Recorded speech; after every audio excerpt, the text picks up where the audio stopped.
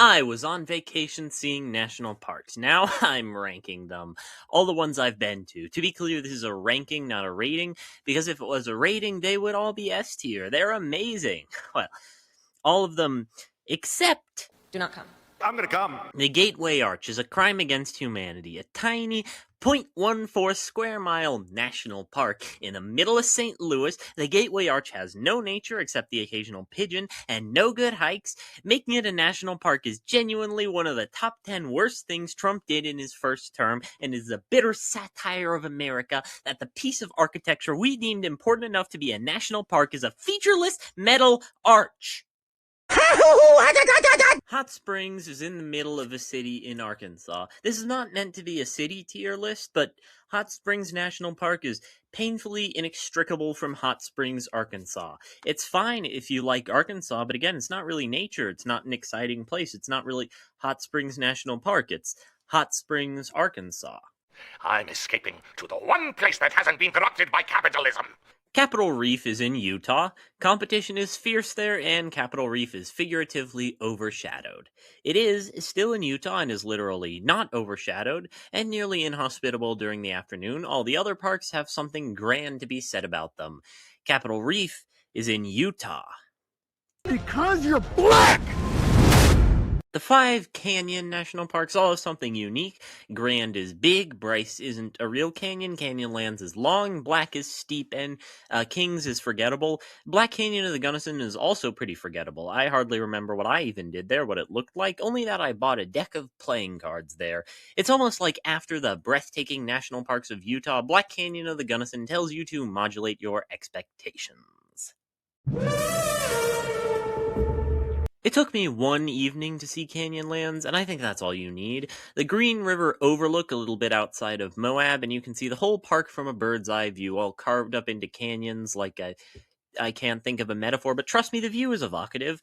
Between all the other Utah parks, that's the only thing that stands out. At first I was afraid, I was petrified. Petrified Forest does what it says on the jar. I mean, you can't fault it for that. It sure does have petrified wood, lots of it, all over, and in all kinds of positions. It's cool, sure, but it does get old eventually, and if you've never been there, I don't think you understand how insane it is to hike through the raw painted desert at noon. Just drive through it. It'll take you 15 minutes and it'll be fine. Are you from Ohio or something? I understand that since I live in the Midwest, there are reasons for me not to be blown away by Cuyahoga, but it's really just a forest. There's a river running through it, sure, Erie Canal, whatever. It's just a forest. I know there are Midwestern parks that can blow you away, so I don't actually feel bad about not being blown away by Cuyahoga. Congaree is in many ways like the Everglades, but further north and smaller.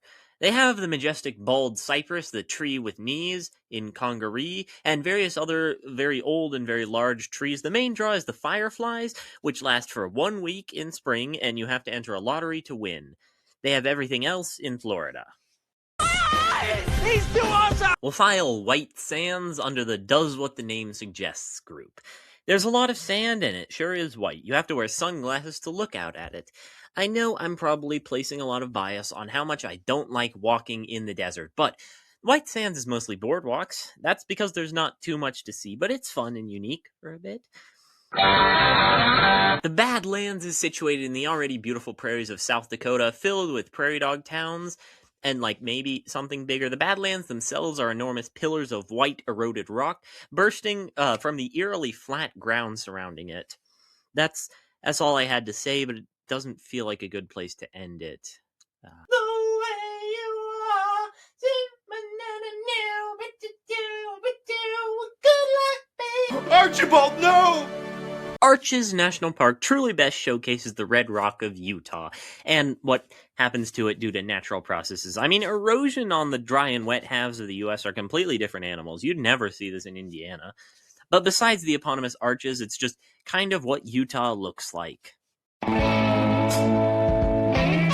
The only national park built by humans, no, I'm not counting the Gateway Arch, Mesa Verde is a bit unique. Not that it's not beautiful or whatever with the forested mountains of Colorado, but the pueblos are the main thing. They don't disappoint, but it doesn't really mesh with the expectations of what a national park is. Hierarchies.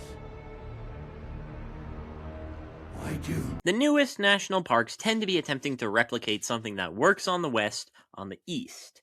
To some success in Indiana Dunes, the juxtaposition of forest and dune is cool. It's a great place to see deer, so is much of the east. I think it really does get a big boost for the novelty factor. I'm sorry. Smoking these meats here. I don't really remember too much of Great Smoky Mountains. I was young when I went there. I have driven through it a few times, and it was nice, though the fog does kind of block the views. From what I recall, it's just a worse Shenandoah. I know I'm not supposed to be spoiling future parks, but I really have nothing to say about the Smokies. Looking to enter the Cave of Terror, eh? If you've never been to a cave before, Mammoth Cave is a massive, sprawling expanse of stalactites, stalagmites, and frozen waterfalls. If you have been to a cave before, well, now you have been to another one. It's really not that special, I'm afraid.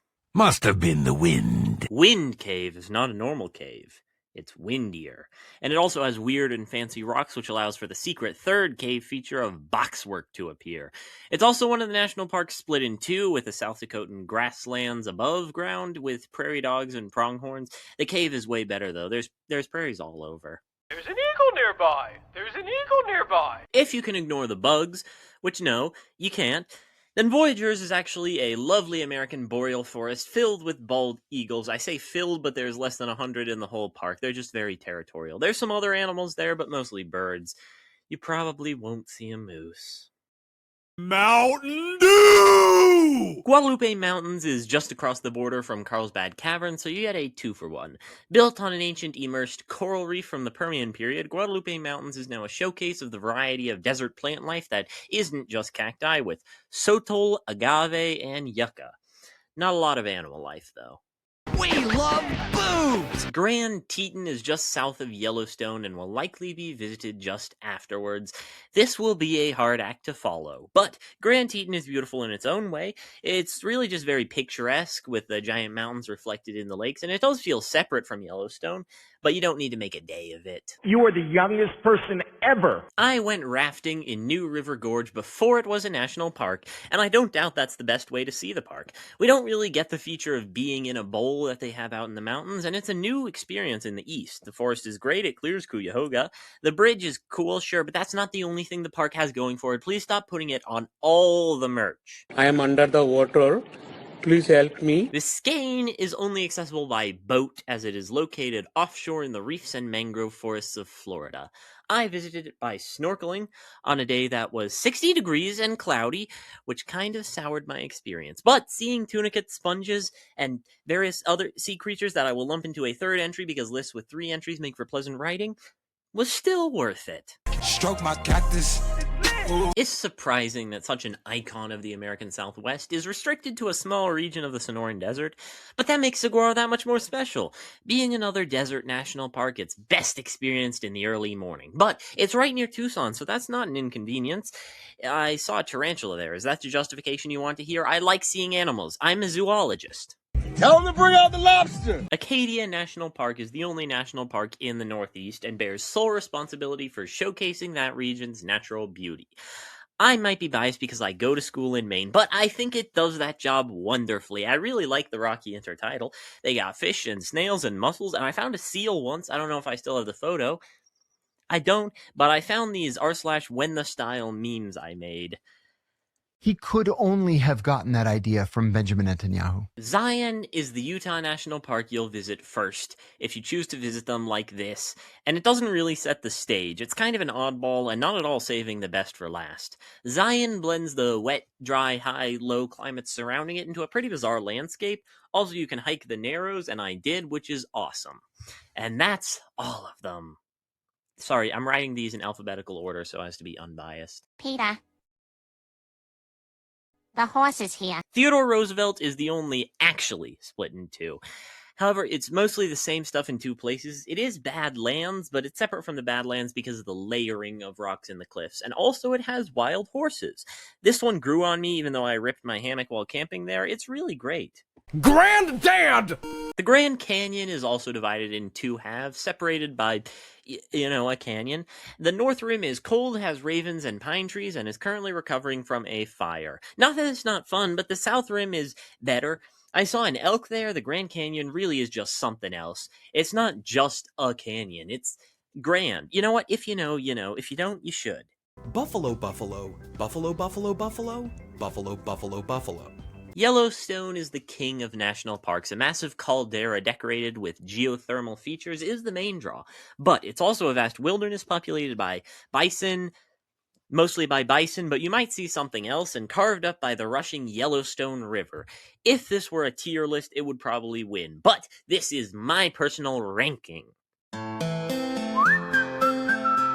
I never stopped in Joshua Tree, I just drove through it. It took like 2 hours. The whole time was captivating. I remember one part I was coming down into a valley and you could see the whole thing with the dried up riverbeds and the crazy flora they got there. It was sublime.